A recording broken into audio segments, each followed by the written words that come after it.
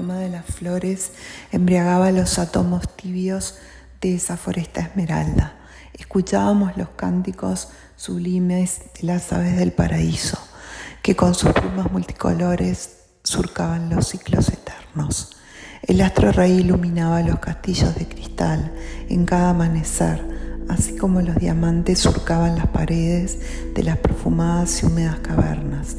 Recuerdos de un tiempo perfecto que existirá siempre en el alma de quienes lo recuerden para siempre en la eternidad. Hola queridos amigos, hoy les contaré el inicio de una leyenda que por su extensa y profundo contenido me he visto en la necesidad de dividir en varios capítulos, y aquí el primero y más informativo de todos, ya que posee la introducción a un tema muy importante para toda la humanidad.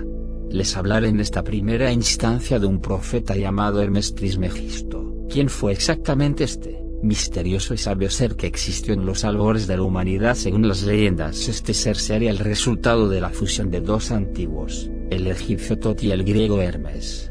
Trismegisto, o tres veces grande, hace referencia al epíteto de la fusión de estas dos divinidades, convirtiéndose en su racionalización cristiana, en un antiguo profeta quien recibió una revelación de la divinidad en una época donde aún los faraones no existían sobre la tierra. Mágicamente aquí se unifican los tres temas primordiales del hermetismo: Dios, el cosmos y el hombre. Existió una vez en el mundo un lugar donde quizá podríamos haber encontrado los más hermosos legados de la historia de la humanidad y del universo. Según antiguas crónicas, este lugar fue la famosa biblioteca de Alejandría, que durante el reinado de la última dinastía de los Ptolomeos, se guardaban de Hermes, el más sabio maestro de la antigüedad, 42 libros esotéricos que resumían toda la sabiduría de todas las edades de la humanidad.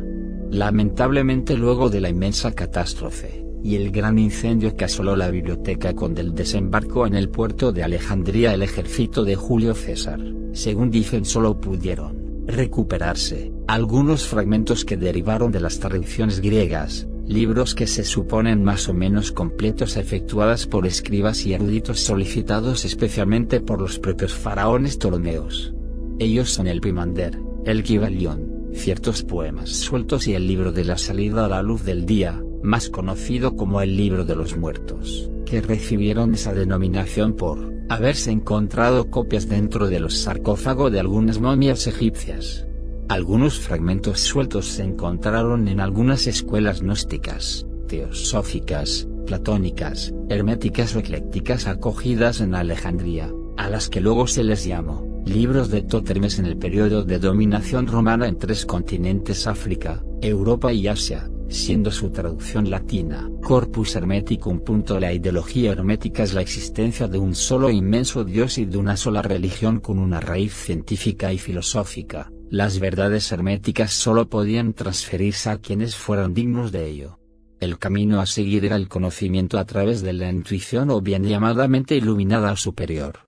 Es una puerta abierta a las praderas verdes, inmensas, llenas de sol, y de flores preciosas y multicolores. Esta bellísima puerta abierta a lo desconocido constituía el hálito de vida, el aliento del espíritu de toda agrupación humana cuyo fin era la investigación de la verdad del hombre y del cosmos. Como decía el propio Hermes, como abajo, así es arriba, como arriba, así es abajo. Hermes fundó la religión filosofía, estudiando la supermente y del espíritu, incitó a buscar la esencia de la vida divina, así en el interior del propio individuo como en el universo, en todas sus trascendencias y sus misterios. Todas las civilizaciones antiguas tienen, por tanto, esa misma fuente. Desde Egipto Hermes pasó a Grecia, por el delta del Nilo transmitió el mensaje profundo y legendario del tres veces grande, desde Alejandría, por todo el Mediterráneo. Entre las obras herméticas perdidas había una llamada Libro de los Alimentos o de las Respiraciones, cuya ciencia enseñó el gran Hermes, y sus lecciones llegaron a la India y se transmitieron a través del Yoga Hatha, y a través del Yoga Raja o Yoga Raíz. También en Occidente existen testigos fidedignos de esas específicas enseñanzas del gran maestro egipcio y de su libro. Mead, el gran escritor hermetista del siglo pasado, llegó a la conclusión de que se originaron en otro Hermes predecesor del tres veces grande, un Hermes antiquísimo, anterior al diluvio, anterior al hundimiento de la Atlántida. La sabiduría, la ciencia, las artes todas del primitivo Egipto, tan extraordinariamente avanzadas, fueron legados de los atlantes. Escritos grabados en las antiguas construcciones de Egipto. A través de los milenios, durante el período alejandrino, otros sabios sucesivos a Hermes, avatares cíclicos que renovaban el mensaje de las edades mediante la adaptación cíclica de eterna sabiduría. Las enseñanzas herméticas son una síntesis de verdades eternas. Existieron muchísimos sabios que transmitieron las enseñanzas de Hermes. Ellos fueron Manetón, Cicerón, Ammiano, Josefo, Heródoto, en cierto modo, Plinio, y muchos más. Todas las dinastías en las orillas del Nilo, se encontraron fragmentos de los libros de Totem de inscripciones antiquísimas, dentro de las criptas secretas de los grandes templos, las más cerca al delta, donde floreció la civilización egipcia, cerca de la Esfinge y las pirámides. En el cercano oriente existió la profecía de Hermes.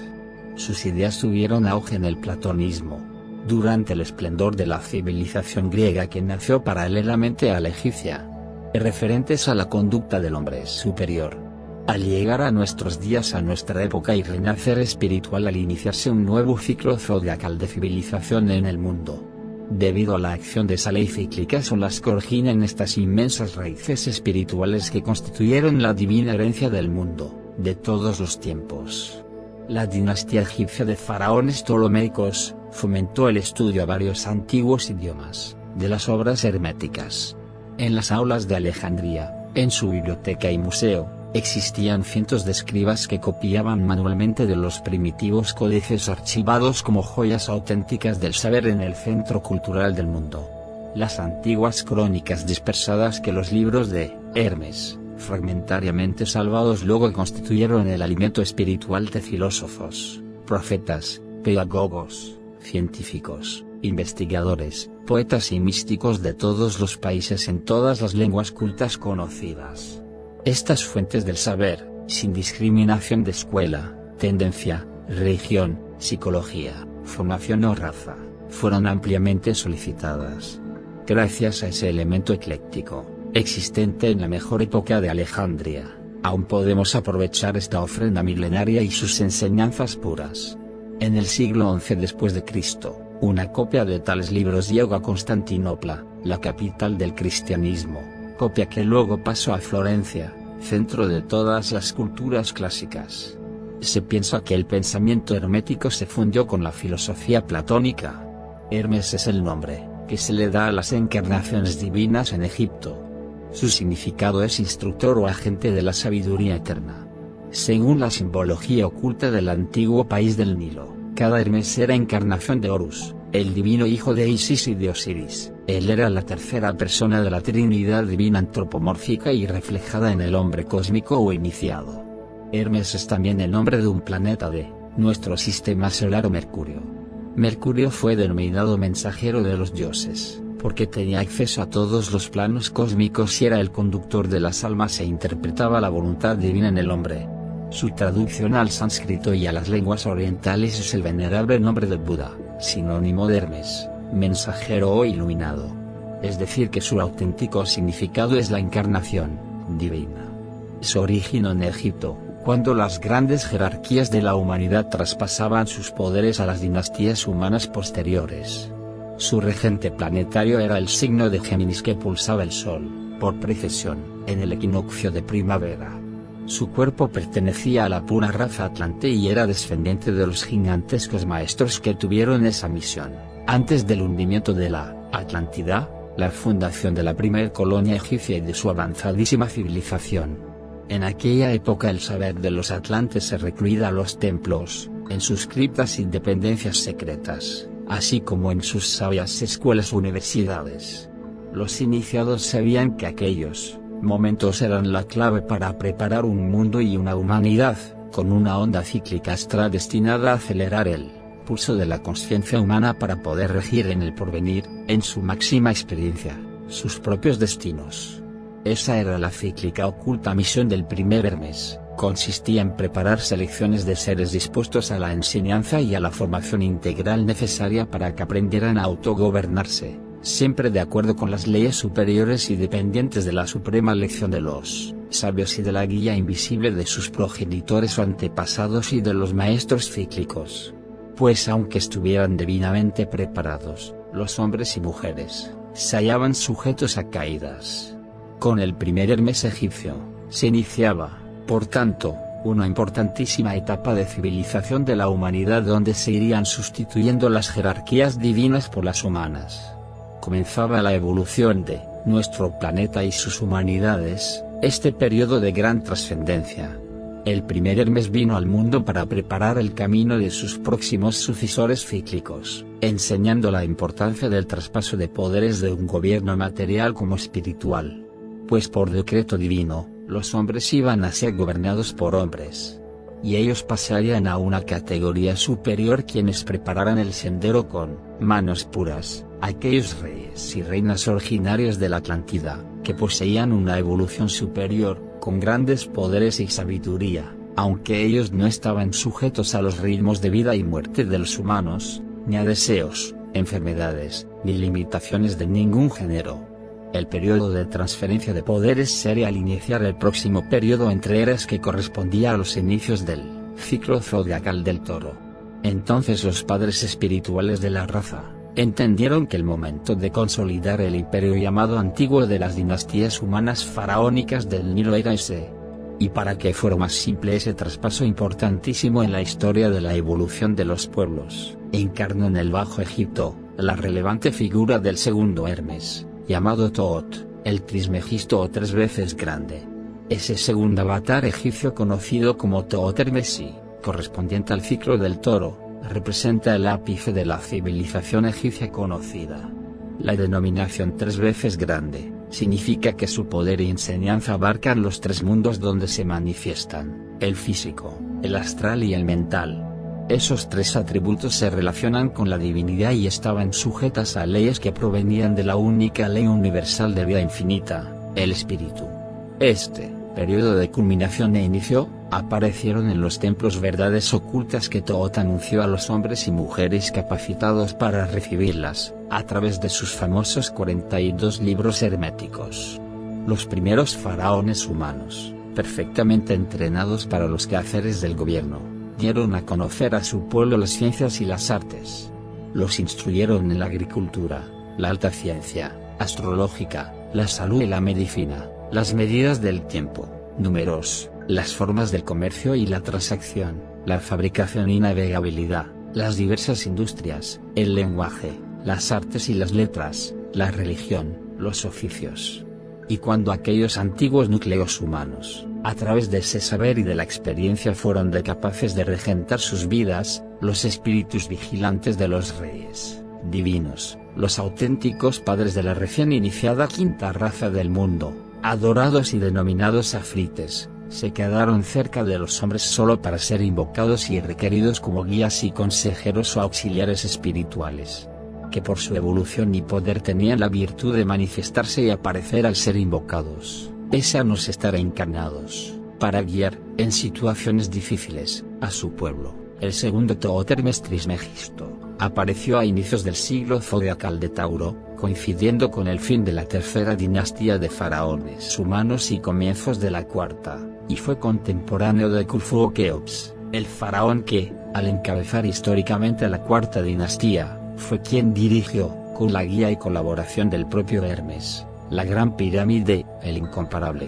gigante monumento que simboliza todo el saber de Egipto, interna como externamente. Al inicio, la Gran Pirámide fue el lugar sagrado de iniciación, centro donde se realizaban las etapas formativas del alma de los recipiendarios. En cuerpo sutil o astral la mayoría de las veces y asistían los afrites, padres y maestros, a quienes los neófitos recibían, culminadas innumerables pruebas en el interior del sarcófago, en la tumba abierta donde dejaban su cuerpo inanimado. La cámara del rayo del sol en el centro de la pirámide construida de forma que pudieran vivir y respirar en ella los seres encarnados.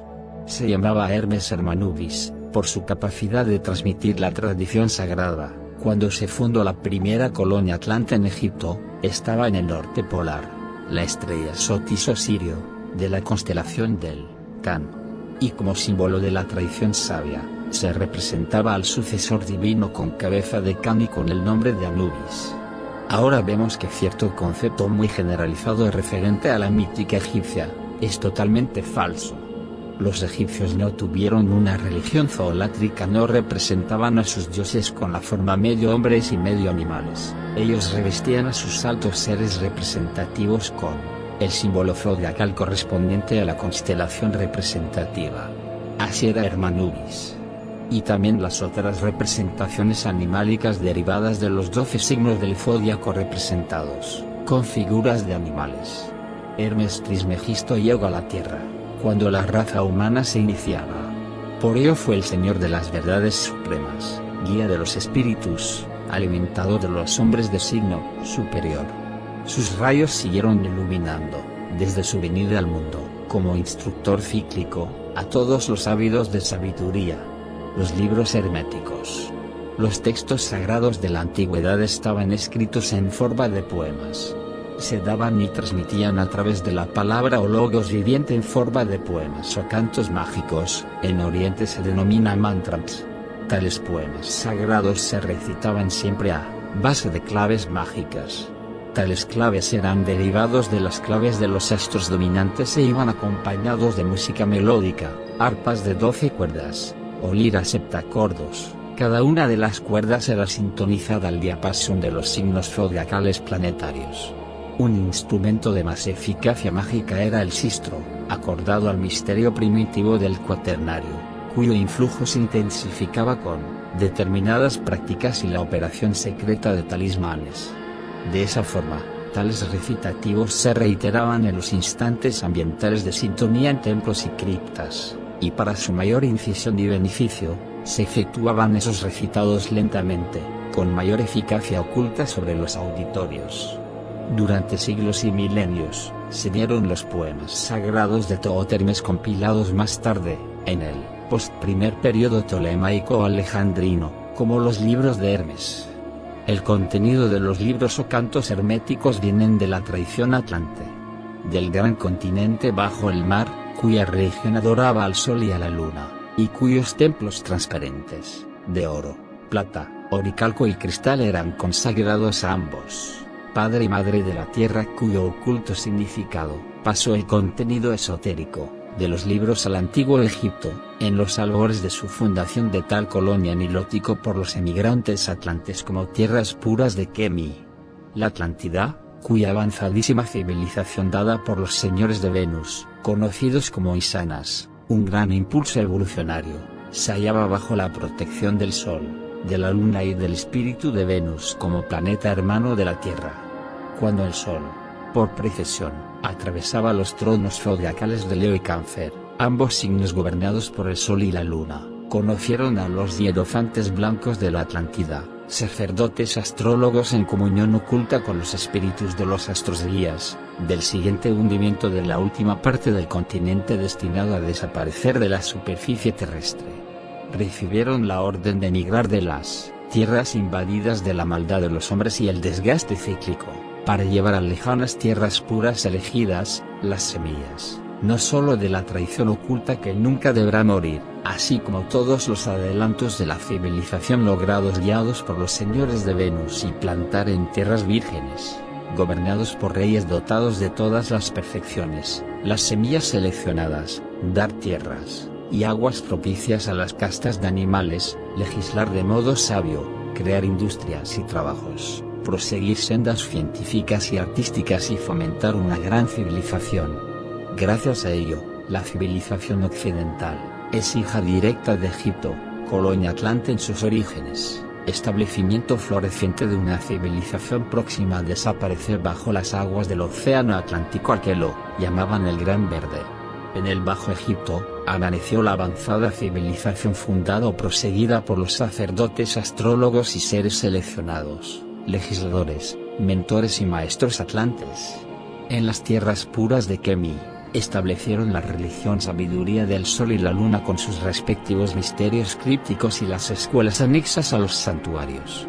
y su ritual mágico y sus sabias enseñanzas, operando siempre de acuerdo con las predominantes cíclicas y planetarias. De ese modo fueron preparando, aleccionando e invistiendo a sus sucesores de acuerdo con la tradición heredada. Y se fueron sucediendo los reyes y reinas de sangre atlante que han pasado luego como dinastías divinas. De ellas no puede hablar en verdad la historia humana, pero al citarlas los antiguos historiadores nos han transmitido su conocimiento en forma de leyenda dorada. Y esa leyenda ha sido el velo áureo que oculta la verdad de los lejanos tiempos, accesible mediante la clave cíclica o astrológica esotérica, que le da claridad para aquellos interesados en profundizar el significado de los ciclos históricos en su aspecto trascendente, el iluminado poder y la sabiduría de aquellos seres sabios, poderosos y de estatura agigantada. El estudio inmóvil de su existencia nos abrirá cauces nuevos de comprensión y de hondura y nos ayudará a comprender el significado de aquella época de transición y orígenes, sino lo que estamos actualmente viviendo. Pues todo se relaciona y enlaza, todo pertenece al eterno presente. Toda nuestra herencia espiritual, toda la integral pedagogía del hombre superior, toda la oculta sabiduría proviene de aquella herencia sabia, incluso las leyes sociales, el ritual superreligioso, la ética más elevada, la profundidad cósmica de sus símbolos, muchos de los cuales permanecen ocultos. Siguiendo, se fueron desenvolviendo en Egipto, sucediendo los milenios y los acontecimientos, esa clara visión de la historia enlazada a través de pequeños ciclos de era, revelados por su inconfundible simbología. Cada traspaso de era de signo zodiacal, fueron apareciendo los avatares divinos o instructores de la raza, cuya misión ha sido siempre la de restablecer, afirmar y adaptar al requerimiento astral, la antigua e inalterable tradición. Ellos nos han orientado, enseñado y conectado espiritualmente con el signo amaneciente. Ellos han sido nuestros auténticos maestros y conductores. Hermes fue un nombre genérico en Egipto. Ese nombre simboliza el significado de maestro de la doctrina secreta o sabiduría eterna. La interpretación onomástica, Hermes, como avatar cíclico, fue una encarnación de Horus, el divino hijo de Isis y de Osiris, la trinidad divina antropomorfizada y reflejada en el hombre cósmico o iniciado, el ser integral emanado de las pruebas y de las enseñanzas de las elevadas escuelas y de los templos. De Hermes se deriva no solo la tradición escrita de su profunda sabiduría, sino la misma exégesis de dicha sabiduría del conocimiento directo. Esa exégesis en profundidad se ha llamado hermenéutica. Es decir, que la posible discriminación o comentario de sus libros originales tomaron el mismo nombre de su creador. Y con ello definimos otro de los pequeños ciclos individuales que forman parte de la universalidad. Hermes dio lugar a la palabra hermético, fue definida a través de la semántica interpretativa, como algo secreto, hondo y difícil. Aunque siempre esa discriminación es realizada por medio de su mente iluminada, es una fuente de claros visionarios, de nacimiento de manantiales de saber oculto. El uso de la hermenéutica para todos los investigadores e intérpretes de las verdades herméticas, siempre un tanto complejas para su inmediata comprensión y aún abstractas en su significado, que debe realizarse a través de diversas clases. Los fundamentales textos de Hermes necesitan, en verdad, el auxilio de todas esas formas de interpretación. Solo entonces, el delicado manantial de sus libros es el devenir de la corriente impetuosa, capaz de saciar a todos los campos del pensamiento y el espíritu humanos. Ya que la hermenéutica es la limpia agua de vida, si queremos descifrar el mensaje del instante que nos ha tocado vivir, la interpretación de la hermenéutica nos conducirá a que nos estamos acercando a la sabiduría eterna, porque existe desde todos los tiempos. La hermenéutica es la interpretación breve y profunda de los textos sabios. Es el comentario sagrado y hondo, cargado de significado de primera mano, que tiende a aclarar la mente, logra reverdecer los campos vírgenes del pensamiento superior y trascendente. Es el florecimiento de la primavera del mundo, la que promete los más deliciosos frutos. Sin esa básica interpretación de la hermenéutica, el sentido trascendental y fundamental del concepto hermético, tan íntimo a la máxima síntesis y al silencio creador, muchos de los textos de sabiduría del pasado serían ininteligibles. Hoy, En los comienzos de la era de Acuario, la prioridad es el libre y personal concepto de las cosas, ajeno a la clave esotérica, lleno de un énfasis renovador, que no siempre se sintoniza con las características del signo. Sin el auxilio y el aporte de la hermenéutica, las enseñanzas del pasado, en su sentido eterno, permanecerían ocultos a la comprensión. Se perderían al leer los eternos poemas, su mística secreta. Sin esa ciencia renaciente, podría desaparecer la sabia herencia del pasado y la legitimidad humana de la suprema herencia legada a los hombres, transvertida a la infinitud y la eternidad a través de los milenios, de esa regeneración espiritual. La hermenéutica nos puede dar alas y profundidad de comprensión. Nos permite calar en el doble del tiempo, mediante ese foco de luz de nos mente iluminada, característica de la nueva edad. Por esto nuestro sincero deseo, al ofrecer estos sagrados poemas, además de ayudar al lector a su comprensión, para que el lector hiciera suyo el fruto divino de los escritos de Hermes, el 3 veces grande. En los 42 libros de Hermes estaban contenidas todas las verdades, todas las ciencias y enseñanzas transmitidas, y según sus propias aptitudes, al individuo aprobado o iniciado a través de las pruebas de los misterios y de las escuelas de sabiduría. Trataban de la fuerza y sabiduría del lenguaje jeroglífico, de los números y su significado esotérico, de los módulos sagrados de la arquitectura, de los diversos cánones, humanos y cósmicos, de los astros, de la medicina con todas las asombrosas, avanzadas especialidades y su gran ley preventiva, o sea, la higiene. De lo que significa la adecuada respiración en la vida de los seres humanos del planeta, de la agricultura, de las artes y oficios, de la legislación y sobre todo, del aspecto esencial de la religión y de la conducta o de la más alta moral. Todo ello en forma de poemas. Eran, en verdad, bellísimos, trascendentales, armoniosos poemas cuya recitación adecuada, debidamente ambientada de acuerdo con los vínculos astrales vigentes en el momento indicado, otorgaba las fuerzas y los saberes de la naturaleza y del universo. La virtud más curiosa de los libros herméticos era que tenían la propiedad de revelar, u ocultar su significado, según el merecimiento y capacidad de los oyentes o lectores. Fueron efectivos y cantados durante milenios y constituyeron los libros herméticos el espiritual y sabio esplendor de Egipto. En el periodo dorado de la decadencia de esa milenaria civilización, durante las dinastías ptolemaicas posteriores a la invasión de Alejandro Magno, el fundador de Alejandría, la última capital del país del Nilo, los 42 libros de Hermes constituyeron el más precioso tesoro, entre los 700.000 textos sabios que contenía la famosa biblioteca de Alejandría. La oleada oscurantista, el caos destructor que se adueñó del mundo en la hora incierta del traspaso cíclico, hizo que aquel incomparable afluente de enseñanza, aquel copioso legado de sabiduría antigua, aquella tradición única, fuera casi totalmente destruida al desaparecer, primero en un terrible incendio, y posteriormente por expropiación, esos fundamentales libros de Hermes, entre todos los códices y archivos que les acompañaban en el aula sabia de la biblioteca de Alejandría. Sin embargo, al ocurrir el incendio, algo se pudo salvar a través de algunos conscientes de la famosa biblioteca alejandrina y también a través de copias, citas y traducciones parciales y de la copiosa colección privada de los reyes de Pérgamo, a cuyo monarca contemporáneo de Marco Antonio y Cleopatra, Atalo II, despojó este último por el pedido de su amada, para compensar la pérdida de su famosa biblioteca, a la reina de Alejandría, Cleopatra, dolida e inconsolable. Con esa adquisición, la última reina del sol quiso rehacer el esplendor cultural del incendiado centro, fundado, al templo de Serapis, en la parte superior de Alejandría, otra biblioteca a base del famoso contenido de la pillada biblioteca de Pérgamo.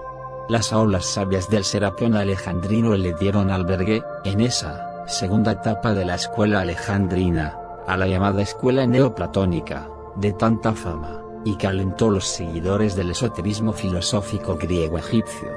Los fragmentos de los libros herméticos que han llegado hasta nosotros, solo son reflejos parciales y quizá adulterados, procedentes del periodo alejandrino, maltratados por el paso del tiempo, las traducciones, las limitaciones, los fanatismos y las tendencias imperantes de aquellos que fueron los gloriosos 42 libros de Thoth Hermes, el 3 veces grande, las mejores copias, fragmentadas, pasaron a Asia, Siria y más tarde a Bizancio, Constantinopla, la capital del Imperio Cristiano. Otros fragmentos, traducidos al árabe, han llegado hasta nuestros días. Las más fieles interpretaciones de los libros se deben a las traducciones del griego, como el compilado en el Pimander. No menos importantes son los fragmentos seleccionados del Kybalión, interpretados por altos seres especializados en el tema.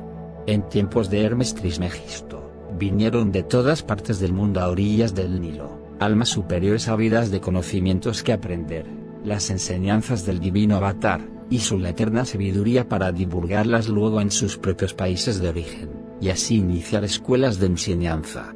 A Egipto fueron discípulos conscientes y de elevada evolución, quienes, debidamente probados luego de su iniciación y de las lecciones secretas de su escuela, investigados con los símbolos de la sabiduría, las claves del poder y la verdad cósmica de la palabra transmitida por el gran Thoth Hermes, llegaron con igual fin seres procedentes de la lejana India, de China, de Persia, de Caldea, de Asiria y de toda la costa mediterránea de Asia, como del continente e islas griegas y de la primitiva Roma. El Kybalión menciona las siguientes palabras que les voy a mencionar a continuación. Andando los siglos y los milenios, siguió siendo Egipto, la patria de las pirámides y de la Esfinge, la cuna secreta de las doctrinas místicas. Todas las naciones han sacado las suyas de sus enseñanzas esotéricas. Todos se aprovecharon libremente de las doctrinas formuladas por los hierofantes y maestros de la tierra de Isis, cuyos conocimientos eran solo transmitidos a los que se hallaban preparados para participar del oculto. En el antiguo Egipto vivieron aquellos grandes maestros que nadie después ha sobrepasado en sabiduría, y que rara vez han sido igualados en las centurias transcurridas desde los tiempos del gran Hermes. Egipto fue la residencia de la gran logia de las fraternidades místicas. Por las puertas de sus santuarios entraron todos los neófitos que, convertidos más tarde en adeptos, hierofantes y maestros, se extendieron por todo el mundo, llevando consigo el precioso conocimiento. Ningún estudiante de ocultismo debe dejar de reconocer la enorme deuda contraída con aquellos venerables maestros del antiguo Egipto. Estas fueron las sabias palabras relatadas por Hermes en este texto memorable. Muchas gracias, queridos amigos, por dejarme transmitirles estos conocimientos sagrados, las palabras de este gran sabio Hermes que hizo tanto por la humanidad. A la brevedad seguiré subiendo más videos relatando más historias inimaginables. Gracias.